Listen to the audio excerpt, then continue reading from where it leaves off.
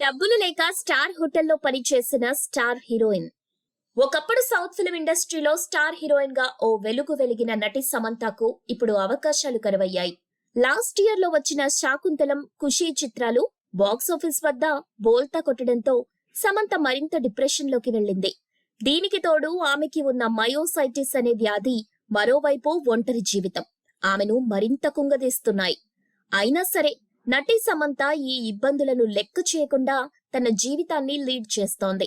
ఇదిలా ఉంటే తాజాగా సమంత ఓ వేదికపై తన బాల్యం గురించి మరియు తన సినిమాల్లోకి రాకముందు తన జీవితం గురించి తెలిపింది. అలా తన కష్టాల గురించి మాట్లాడుతూ శామ్ ఎమోషనల్ అయింది. దీంతో వేదిక ముందు ఉన్నవారు కూడా ఎమోషనల్ అయ్యారు. అంతలా ఎమోషనల్ అయ్యేలా శామ్ ఏం చెప్పిందంటే, నేను మధ్యతరగతి కుటుంబంలో పుట్టాను. దాంతో నేను చాలా కష్టాలు చూశాను. ఒక పూట భోజనం కోసం చాలా కష్టపడేవాళ్లం. చిన్నతనం నుండి నన్ను బాగా చదువుకోమని నా తల్లిదండ్రులు చెప్పేవాళ్లు. అందుకని నేను కూడా బాగా చదివేదాన్ని. కానీ నా పై చదువులు చదవడానికి కుటుంబ ఆర్థిక పరిస్థితి సహకరించేది కాదు. ఆ టైంలో ఏ పని దొరికితే ఆ పని చేశాను. ఓవైపు చదువుకుంటూనే స్టార్ హోటల్లో పనిచేసేదాన్ని. అప్పుడు నాకు నెలకు 500 ఇచ్చేవారు. అదే నా మొదటి సంపాదన అంటూ శామ్ తన పాత జ్ఞాపకాలని షేర్ చేసుకుంటూ ఎమోషనల్ అయ్యింది.